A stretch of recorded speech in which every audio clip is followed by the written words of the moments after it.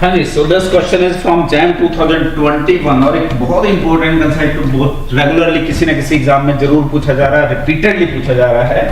तो यहाँ T linear operator है फ्रॉम V टू V, ठीक है, और डायमेंशन ऑफ V फाइनाइट दिया हुआ है, डायमेंशन ऑफ V से n डायमेंशन दिया हुआ है, और उसके बाद इंफॉर्मेशन दी हुई है कि rank of T equal to rank of T square, ठीक है। Then which of following statement is true? पहला ऑप्शन कह रहा है कि null space of T equal to null space of T square. Second option कह रहा है कि range of T equal to range of T square.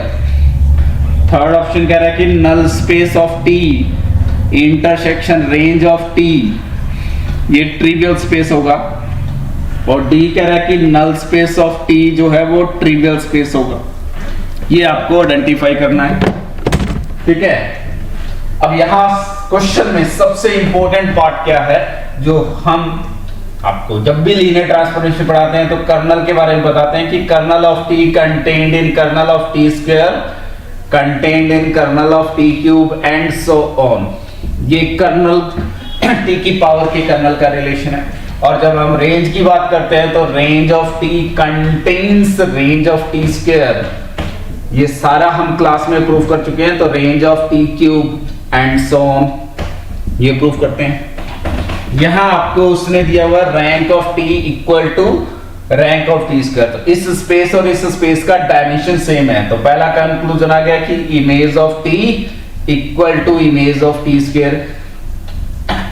तो यहां से directly second option should be true. तो ओवरऑल कंसेप्ट कौन सा है वो बहुत इंपॉर्टेंट है, वो आपका रिकॉल होना चाहिए। जो हम थ्योरी में पढ़ते हैं डायरेक्टली वो रिकॉल होना चाहिए। किया गया image of T equal to image of T square, clear. और यहां रैंक प्लस नलिटी थ्योरम से वो डायमेंशन के इक्वल होता है। तो rank of T plus nullity of T equal to dimension, finite दी हुई है तो n डायमेंशन माना है मैंने। इसी टाइप से rank of T square plus nullity of T square, वो भी n होगा। ये दोनों वैल्यू इक्वल है तो ये दोनों भी इक्वल। तो यहां से क्या हो गया, nullity of T should be equal to nullity of T square आ गया।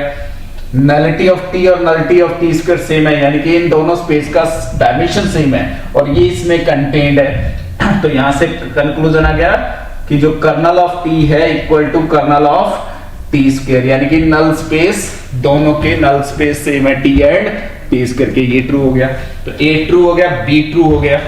अब null space of T equal to null space of T square है, ठीक है। अब यहां से देखिए, अगर मैं कोई भी एक्स वेक्टर पिक करता हूं null space of T intersection range space of T में से, तो इसका मतलब क्या है, ये नल स्पेस ऑफ टी का मेंबर होगा, यानी कि टी ऑफ एक्स क्या होगा, 0 होगा। और रेंज का मेंबर है तो कोई ना कोई एक y मिलेगा, such that T y equal to x हो जाएगा, ठीक है। इंप्लाइज क्या हो जाएगा, T square of y equal to T of x हो जाएगा, वो 0 है। इसका मतलब y कहां चला गया आपका, y belongs to kernel of T square में चला गया। और कर्नल ऑफ टी स्क्वायर क्या प्रूफ हो गया, कर्नल ऑफ टी हो गया।